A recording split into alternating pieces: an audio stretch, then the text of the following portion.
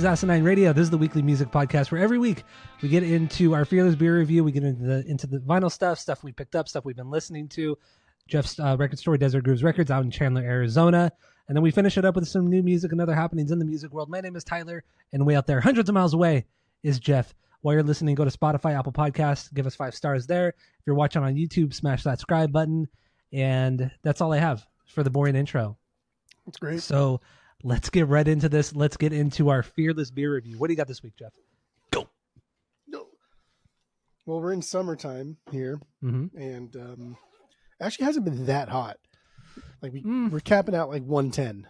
Usually we cap out this time at like. Usually we're capping out like 120 though. We haven't hit over 110 yet, so it's been nice. Windows down weather, as I would say. God damn, dude. When I'm out there and we're driving down the freeway, flying down the freeway, and it's 110 out, and it's just, dude, it is not comfortable. I really like when I leave for work in the morning, because it takes me like 10 minutes exactly to get to work. I don't put the air on. I just put the windows down, and it's like 108. Well, I mean, if it's only 10 minutes, I mean, it's really not going to get cool in 10 minutes, even if you have the AC blasting. It's not that bad. It's a dry heat. Anyway, yeah. So now that we're in summer weather here, I have a Truly. We're back on the hard seltzers. Should I go grab a Truly? Do you have Truly? I do have a Truly. Yeah. Never mind. I don't have any. Well, that was a big fat waste of time. All right. So yeah, apparently I don't have Trulies. I normally do. There's normally Trulies here all the time, but Tammy seemed to have drank the last one last night. So never mind. I don't have a Truly. What I do have though, I have had this on the pod, but it's a juicy little thing, IPA, something new. Dude, I bought a variety pack of these here in Nevada's. There was one in there that I never tried, and I thought I had one left to try on the podcast, but I guess I drank it. So I have to drink something I've already brought to the pod, but that's okay. There you go. God, That's it. I'm failing every step of the way here. I cannot catch a break. Cannot catch a break. Can't win them all. So what's the ABV on that Truly? It's 5%. This is Tropical Punch. So Tropical Punch is a good one too. Yeah, this is probably gonna taste like fucking Hawaiian Punch or something. It's good. I like Trulies. I really do. I do too. Tammy gets the lemonade one, but I think the fruit punch variety pack, that's the superior one for sure. Do you like Simply Lemonade? Yeah. Of course, who doesn't? They're fucking delicious. I have some of that in the refrigerator too. Have you had the Simply Lemonade seltzers? No, I didn't know they had them. So good. It's just like Simply Lemonade carbonated with alcohol. So good. I wonder, pure sugar, but it's so good. I wonder if Trulies have made their way over to Britland. I wonder if Skip's ever had a Truly before. They're owned by Sam Adams, so I don't know. Yeah, probably. Well, I don't know if he gets Sam Adams. I don't remember if he told us he has. I'm sure they don't allow Sam Adams beer over there. It's way too hurts too much. Bad memories. Bad memories of losing the war. Yeah. Bad memories. Oh man. All right, so let's start drinking this. Let's go. Here we go.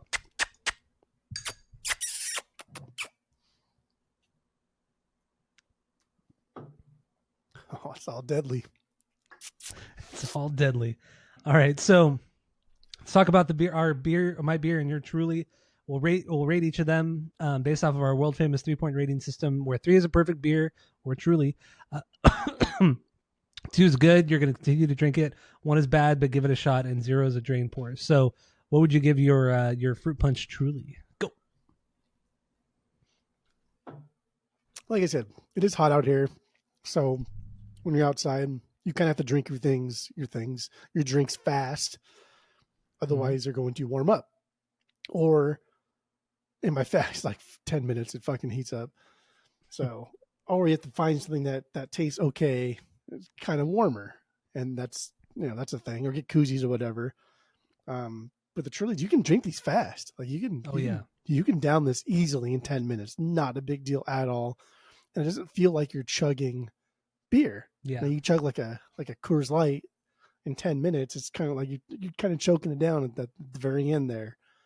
it's just not as Truly's, man, thick. It's just like not as Trulies aren't really thick. It's I don't know. there's a lot of like residual sugars that are kind of left over, but I do think that this tastes like Hawaiian Punch with alcohol. Like that's what this is, and Hawaiian Punch is like my fucking favorite juice. The most sugary of sugar drinks. Oh my god. Especially like when I'm hungover and stuff, and like it's Oh like my 2 a.m. God. or whatever, 3 a.m. No. And like I've exhausted all my water up here. I'm like, fuck, I have to go downstairs anyway and get some more water. So I go downstairs, I'll get like a little cup and do like probably like 3 ounces or 4 ounces of Hawaiian Punch and basically just like shoot it. And then get the water and go back upstairs and go to bed. The Hawaiian Punch, man. And when I'm sick, always Hawaiian Punch. Really, Hawaiian Punch. or Hawaiian Punch or lemon lime Gatorade. Oh dang, man! When I'm sick, I love Sprite. Sprite's my go-to when I'm sick. Love that shit. Tasty. All right. Tasty. So what would you rate your Truly, fruit punch Truly, Hawaiian Punch Truly? Keep in mind this is a summer drink, so I don't drink this shit during the winter. It's gross. But as a summer drink, this is an easy 2.75. Ooh. Easy 2.75. Not bad at all. All right, so my my juicy little thing IPA, good. Sierra Nevada always puts out good stuffs, and there's no exception. I'll give this a solid 2.5. 2.5 out of 3. Really good. Gonna go back to it. They have really good variety packs as well, so there you go. There's really good, good amount of sweetness, citrusiness, and not too strong. So there you go. 6.3 ABV. There you go. So 2.5 out of 3. That's what I give this juicy little hazy thing, whatever it is, from Sierra Nevadas. So let's move on. Raul didn't leave a review for mine. I doubt he did for yours. Actually, can you even do Trulies on Beer Advocate? Or why? Because Beer Advocate's pretentious and that's not a beer. Exactly. Probably sounds like something fucking they would do. All of them. All of them. Oh boy. All right. You checking or no? Okay. I wasn't sure. All right. So let's move on to the vinyl stuff we picked up, stuff we've been listening to. Your record store, Desert Grooves Records. Huge shout out out in Chandler, Arizona. Go check them out if you're in the area. So what do you got, Jeff? Go. Oh, also, actually, before you start, since you're drinking, if you want to listen to some of the songs that we're talking about, check out the playlist in the description of this episode, and you can listen on Spotify. So what do you got? Go. I also have my phone open, and I'm continuously refreshing just to see if there's any crazy Copa stuffs going on. Yeah, we are recording this on Sunday night, just after the Copa America final between Argentina and Colombia. Which we should get into when we talk about the Shakira performance, when we get into the new music and stuff. We will. I listened to a lot of stuff this weekend, actually. It was kind of fun. It was kind of nice going through random things. And it stemmed from, we got another copy of the club pressing for Master of Puppets, which is like the definitive one that people say sounds the best and sounds the greatest. And it does sound really, really good. And this came from listening to like the Walmart one for so long. That skips. But, I mean, the record's so long. The record's so long. It's just like, you're not going to get, like, you can't put that much fucking music on one record. It's like 58 minutes. You just can't do it. So that's what all this stemmed from. And I kind of went into like a metal thing. But I'll start with my Lynyrd Skynyrd just because I do fucking love that first record so much. Good. And I've heard better, but it's good. Dude, it's so good. It's like the perfect sound, and it's no one sounded like Lynyrd Skynyrd. That first record is absolutely perfect. And Simple Man is just like a hillbilly country rock ballad that is just done right in every single way. And it's fun to groove to, it's fun to jam to, easy to play, and everyone can kind of do their own thing and let loose a little bit. Yeah. Do you have that on the vinyls? I don't have any Lynyrd Skynyrd.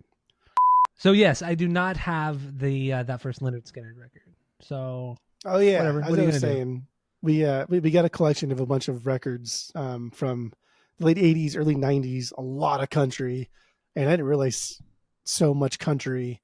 Like Garth Brooks' first record or second or third, whatever it was, a lot of these country artists only released vinyl through like Columbia House, through a club. Oh. It was only available through the club pressing. And so they're really expensive, like hundreds of dollars for like Travis Tritt and fucking Bonnie Raitt and Garth Brooks and stuff. So, but there's a lot of Lynyrd Skynyrd in there from the late 80s, early 90s. And like, God damn, every fucking record has a Confederate flag on it.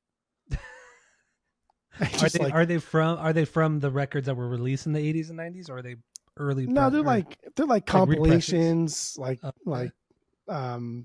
like B-sides and rarities, live stuffs. But I remember like for a bit, like a long time, people were saying how much like Lynyrd Skynyrd uses the Confederate flag in their stuff. And I remember when we did them on the pod and looking at their album covers, it's like they're not really, no. But like now that I have them in my hand, like holy fuck, it's like every single one. But it really wasn't frowned upon the way it is now. Yeah, it was very acceptable at the time. I mean, I guess that's what they did. I mean, it really wasn't until the early 2010s where people started to tear down statues and condemn the Confederate flag.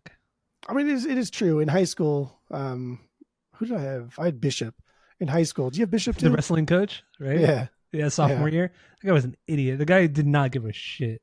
Phoned everything in. But he stressed at like the Civil War and like the states' right thing, like completely overshadowed the slavery aspects of like states' rights. Like that's the reason why they wanted states' rights, so they keep slavery. But it was like in our high school especially, it was pushed that Civil War was fought over states' rights, not digging any further than that. So It really wasn't until like well after high school when people started to question the Confederate flag hanging up everywhere. Yeah. So, yeah. So yeah. Anyway, moving on. I said, I listened to a lot of metal stuffs. So then I just chose Iowa to put on here because it was it's a good pressing. It's loud. It is. We have the same pressing. Yeah. I don't know if I like the color. It's kind of a weird color. Yeah, I don't like the color either. What is it? Is it the way it's the Coke bottle, right?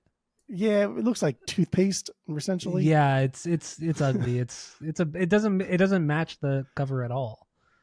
I just make it red. If you just put it all like blood red, like that would have been better. Way better, yeah. The other one too, their self-titled one, it's like lime green or something. The lemon, shit. Yeah, the bright yellow makes no sense at all. It's like another instance, like just make it red, or even just like a black. Yeah, black is fine too. But yeah, that lemon color, it's so dumb. So yeah, I do. I put on Iowa, and I haven't listened to that one in a while, and it was a good spin. It was fun. Great. I was tired after, so I had to transition to some like other genres. I did put on Rage after that one though, but it did kind of exhausted me. Just a lot. A lot of music, a lot of aggression. After you told me you were listening to it, it inspired me to play my copy too. And my God, after Third Eye Blind. After Third Eye Blind, I threw on Iowa, and man, dude, Joey Jordison once again. I speak so highly of this guy. Rest in peace, but God damn, he was an incredible drummer.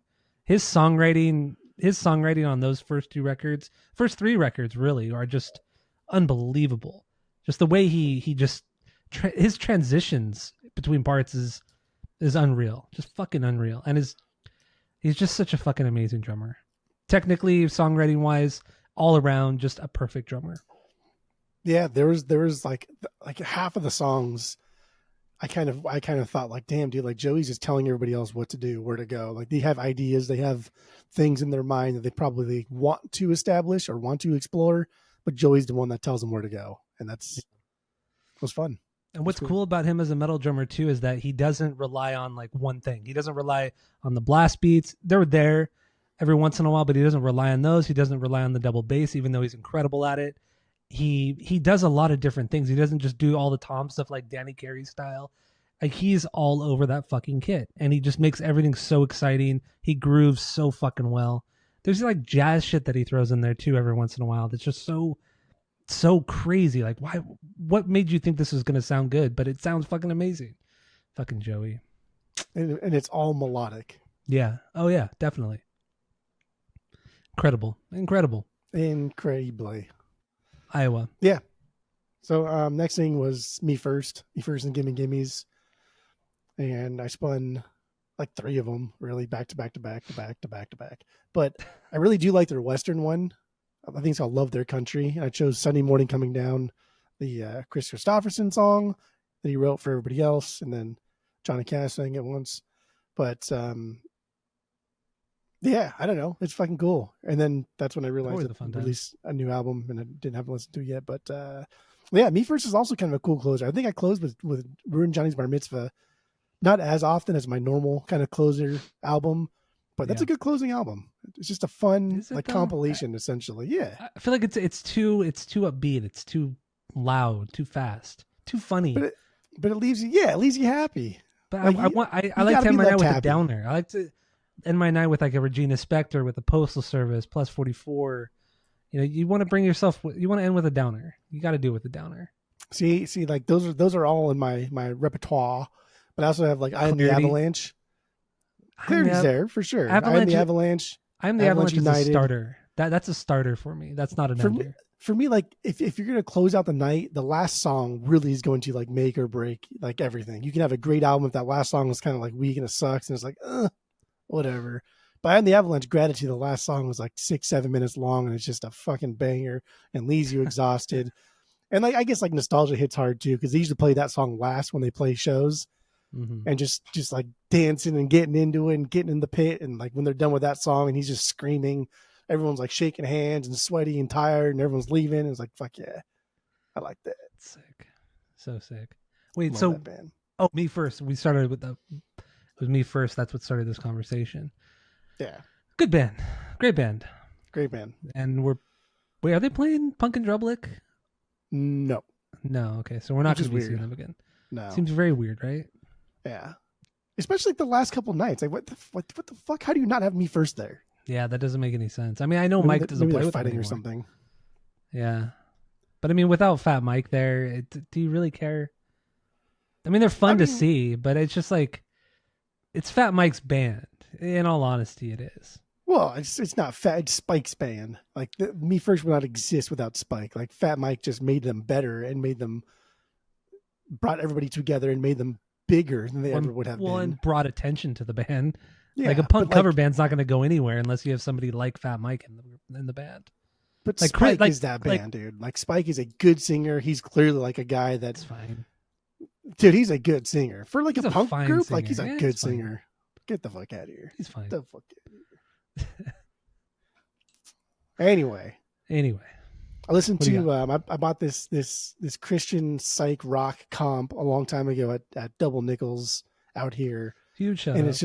it's just full of obscure artists from like the late 60s, early 70s, but specifically Christian psych rock. And the only song that I could find on Spotify from that entire album was a song that I chose and put on the pod playlist. Not my favorite song, but that's the only song that was on Spotify. That's so everything fucking else, funny. Everything else is just too obscure. And some of these guys were like punkers because you look on their Discogs and not only do they have nothing written about them, but they have no albums and they only released like one single and it was on that comp. Love that. Love that. And there's also like there's like 2 or 3 bands that were from like the Minnesota area in like the early 70s. But the best one was Earthen Vessel. And if I could put that one on there, I would have put that one on there. Earthen Vessel. That band is fucking amazing. They are so goddamn good. But yeah, these are all very like churchy hymns, just psych rock, and they're fucking psych rock.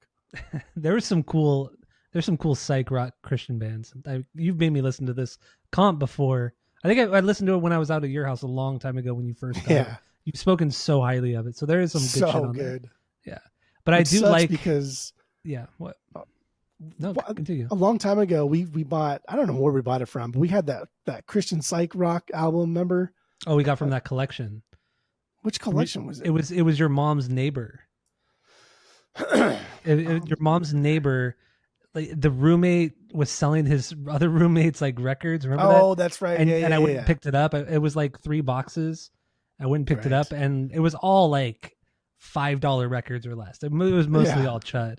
But then this one was like a $300 record or some shit like that. I can't remember the name was. I look at my Discogs selling page. We sold it for like $150, $200 or something like that. Yeah, something like that. But I wish I could listen to it now. It was okay. It wasn't worth keeping. That's for sure. I think I found that we'd listen to it together too. I know, but like we had money tied up in it, and it's like, oh, like I'd rather just have $200 and get my money back. Yeah. Whereas like if we had just found this at the thrift store, it would sound different. It would be different. it would be a different thing. I think when you have money tied up in records, it they hit differently. Because I was even looking at my doc of how much money I spend per record, and I was like, damn, dude, like this record that I spent a bunch of money on, like I don't really like this record, but I pretended to like it because I spent so much money on it. And then vice versa, things that I didn't spend anything on. It's like I actually don't like this record, but I thought that I liked it because I got it for free. So I do think there's like a subconscious thing when you have money tied up in records. I think so too. And albums. Yeah. That's how I felt too. But I've gotten way better with that though. Yeah, it just comes with, I don't know, time. Mm-hmm.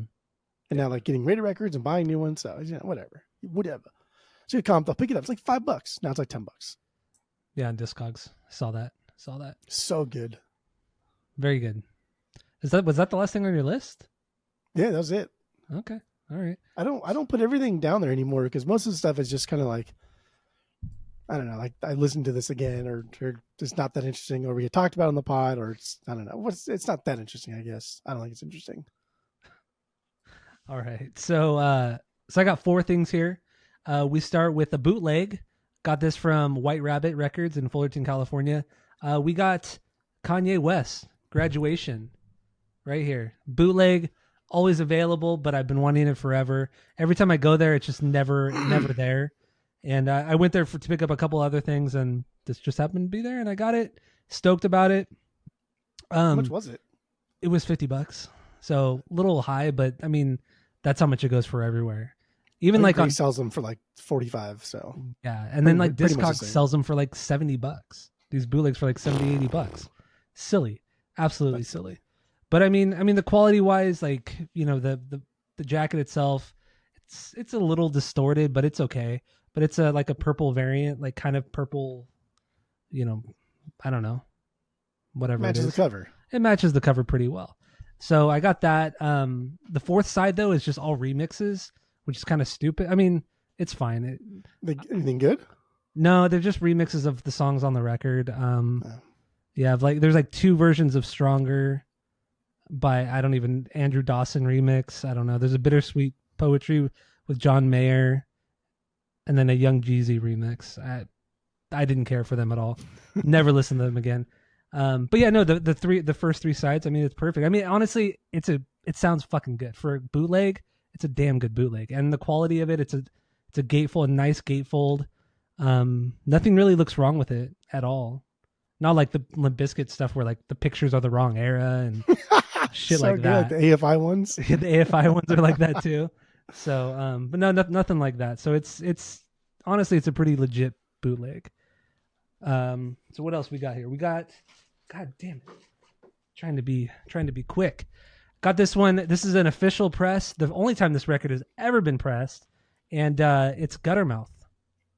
Guttermouth, Eat Your Face. Eat Your Face. You like this one? You like this record? That's a good record. Yeah. This is their 8th record from 2004. This is my favorite Guttermouth record. I don't care. So SBAM Records, I think they're like a European label. They put out 2 variants, 250 pressings per color. I got this light purple. There's also a plum color, but I like this light purple one better than the plum. So I got this one. 250 records pressed of each color. Who knows if they'll repress it, but got that one. There's still some available of both variants. I was going to say like 250 is nothing, but they're probably not going to sell out. Yeah, probably not. Probably not. But both are still available on the website. I actually checked a couple days ago. So there's that. Also, this is a cool record. It was recorded in Garden Grove, and it was recorded with Brent Clausen, the bass player from Bullets and Octane, who Ty from Guttermouth was also in Bullets and Octane and also Guttermouth. So it's kind of cool. Like they all kind of like work together throughout, their career, which is pretty cool. So, and the fact that like Guttermouth has a massive revolving door of musicians besides Mark. That's true too. But Ty was in the band for a long time. So, anyway, next thing I got here, next 2 things I actually got from your record store, Desert Grooves Records. So we start with Queen, A Night at the Opera, right here. Good stuff right here. I mean, this has the classic Bohemian Rhapsody. This is like their most grand prog like output. Like this is like the biggest sounding record I feel they put out. Not their best, but their biggest sounding record. It's just just fucking great, man. I have no problem with this one. Got it from your record store because my old copy was pretty fucking beat up. So another record I got from your store was News of the World from the Queens. From the Queens. Damn. Never thought I'd see the day. From the Queens. So yeah, this is also another. Both of those. Because you're stupid. That's fine. Great record. I've always loved this album cover too. The only weird thing about this record is that it's a gatefold, but the gatefold opens up at the top right here, rather than being on the side. Yeah, that's annoying. So I've never seen or had a record like this. It's very, very strange. But yeah, it's Queen. What do you expect? I mean, this one's the story for this one is interesting because it was coming off of A Night at the Opera and Day of the Races, which were very grand sounding records, and this is in 1977 when News of the World came out, and they were in the same studio as the Sex Pistols while they were recording Nevermind the Bollocks, and they were criticizing Queen for just making bad music. So they decided to make a more guitar driven, like heavier album, and that's what this record is. But then you read more about it, and John Lydon was actually a real huge fan of Queen, and he would go into sneak into their studio and say hi to them and shit. Poser. And it's just dude, every story I read about Sex Pistols make them dumber and dumber. They're just dumb. They're just completely just full of shit. Absolutely full of shit. He's a poser, and then how can you not fucking love Queen at that time? You know what I mean? Come on. I know, seriously. Come on. Fuck it here. So that's all I got for the vinyls. We good? We good on that one? That's it. That's all. All right. So a couple new albums came out this week. We talked about Me First and the Gimme Gimmes. What the fuck is the name of the record? It's called Wait, what is it called? It's something about a quinceañera. Blow It. Blow It at Madison's Quinceañera. Quinceañera. I can never say that Quinceañera. Right. But yeah, I forgot to listen to it this week, or didn't even know it came out until today, so didn't have a chance. Yeah, it kind of snuck by because we had talked about it and we are excited for it, and then it kind of just snuck by. But I was looking at some of the track listings, and it opens up with I listened to the first track, Changes, and it's a Sabbath cover, which I love that fucking Sabbath song. But it's why? That's a weird choice for, I don't know. That's okay. But it was still fun. It was cool. But there's a lot of songs that I've never heard before, so it kind of loses. Are they more like Mexicans, like Mexican related songs? There's Spanish songs? There's probably a third of them are just Spanish songs. Okay. And then there's probably a third that I have no idea what the song is. And the other third is either I know what it is or I kind of know what it is. But if I don't know the song, then it kind of just I don't really care that much. Yeah, I agree with you on that. It's not there's no nostalgia attached to it. Yeah. No fun to it. All right, so there's that. We'll listen to it. We'll get back to you. And Eminem put out a new record this week called The Death of Slim Shady. I didn't realize he was coming out with a new record. I knew that he came out with a single called Houdini a while back, and I listened to that, but I thought it was just a one-time thing. Didn't realize it was an actual album that it was going to be on. But yeah, Death of Slim Shady. We both listened to this. I really enjoyed it. It was a lot of fun. A little long, but there was 2 bad songs. But outside of those 2 bad songs, it was good. The one with Skylar Grey was terrible rap ballad. And the one with Jelly Roll, the closing song, that song was hot garbage. It was hot garbage. But otherwise, it was true Eminem fashion. Everyone's divided on this, and this is supposed to be the death of his alter ego, the Slim Shady. That character is supposed to be gone and dead, but really this is just another platform for Eminem to kind of do what he always does and just piss off as many fucking people as possible. Because he says some pretty aggressive things. He does. Even for Eminem standards, god damn, dude, just blatantly says some things that are just dang, that's fucked up, bro. But it's cool. I mean, the bones are here and the songs are good, and God, dude, the guy still got it. And yeah, he's such a good rapper. Great lyrics. He goes after P Diddy and calls him a rapist, and also calls him a sex abuser. And it's damn, bro, you just don't give a fuck. I like it.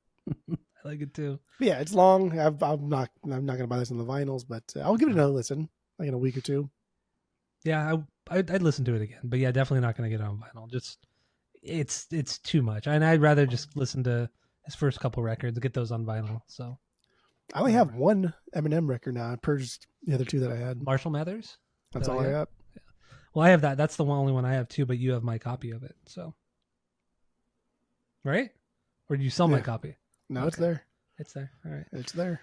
I'll get it in a couple months when I'm out in Arizona next. But anyway, is that all you got for this episode? That's it. We good? That's it. That's all. All right. Well, thank you all for listening. Go to Spotify. Wait, you didn't talk about Shakira. Oh yeah. Yes, that's right. Shakira. The Copa America final was tonight between Colombia and Argentina. Shakira did the halftime performance. Dude, these competitions that are not the Super Bowl are trying so hard to be like the Super Bowl. And it was fun watching her, but I mean, the production was pretty...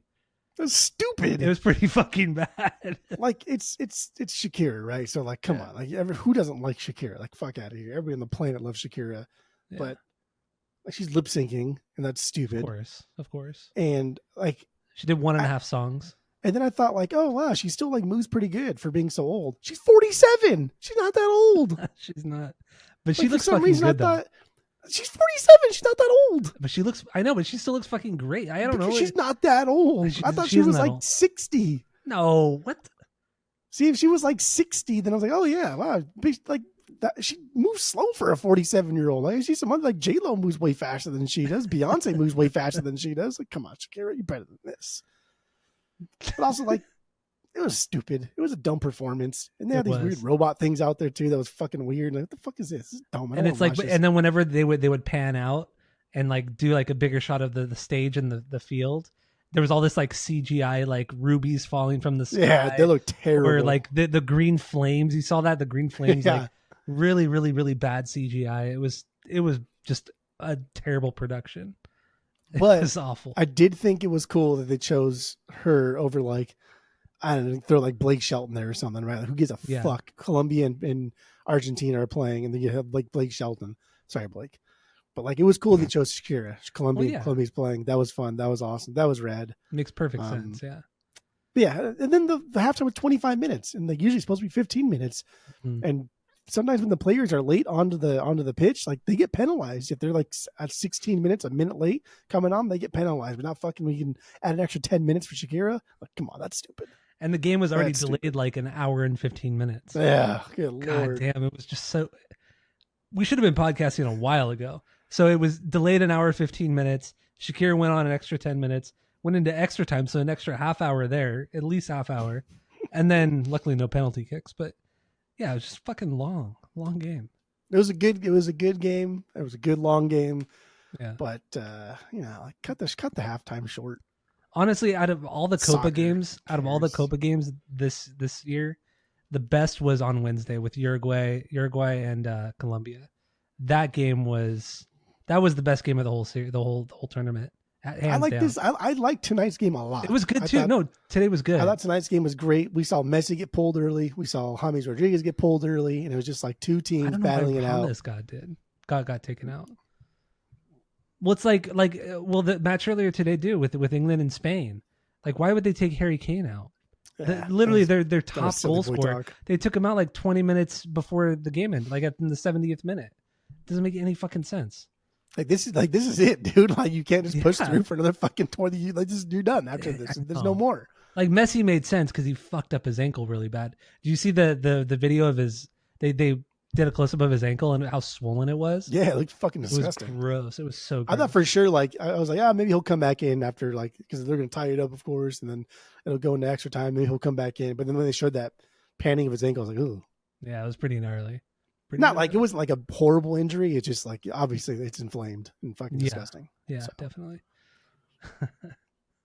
Dude, that was a good game. It was fun. That was a good match. That was a way better than the Euro Cup final, the Spain-England match. That was so lackluster. So lackluster. Absolutely. I'm glad that England lost. I'm really glad they lost because they played so mediocre the whole tournament. They really, really did. I mean, you and I talked about this off the pod, but damn, dude, they just were so underwhelming the whole tournament. Even Spain didn't even play that good. Yeah, play that well. Yeah. There's so many teams in the Euro Cup that I just did not want. I didn't even want the Netherlands to win because they got in that weird fucking third place thing that I thought was so stupid. It's very, very stupid. So there's so many teams in the Euro Cup that I just not want to see there at all.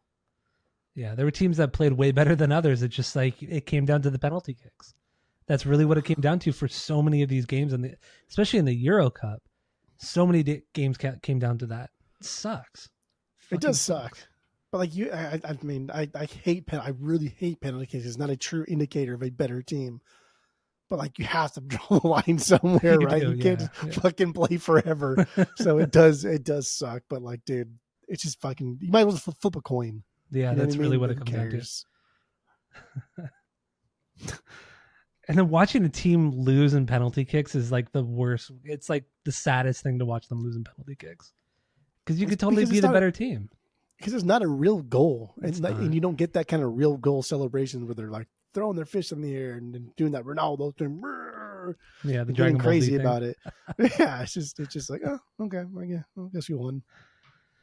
Oh man, good stuff. It's been a good tournament. Now we could. I've unsubscribed from Fubo TV, one of the worst, TV streaming apps we've ever experienced. It is the worst. It is the worst streaming app I've ever fucking encountered. Fubo is the worst, but we had fucking terrible. We had to have watched so much soccer. We got our money's worth for sure. We literally watched every Euro Cup match and every Copa America match. We did. I think I did miss I think I missed one game. Did you? Maybe I missed. Yeah, I think. I did miss one. I missed one when they were doing the 2 games at 9 a.m., 2 games at 12 p.m. Yeah, it was one of those things. Which is going back. Work, I just couldn't. Yeah. So it's going to be nice to have a break until the proper season starts, the club season starts, and the Olympics. Nobody gives a shit about the fuck out of soccer Olympics. Olympics. Soccer Olympics. It's just stupid. Nobody cares about that shit. Nobody cares about it. I'll watch some of the other sports, but soccer, I don't care about it in the Olympics. Don't matter. I hope you do not watch one match. Not even the final match. I want to watch the USA match.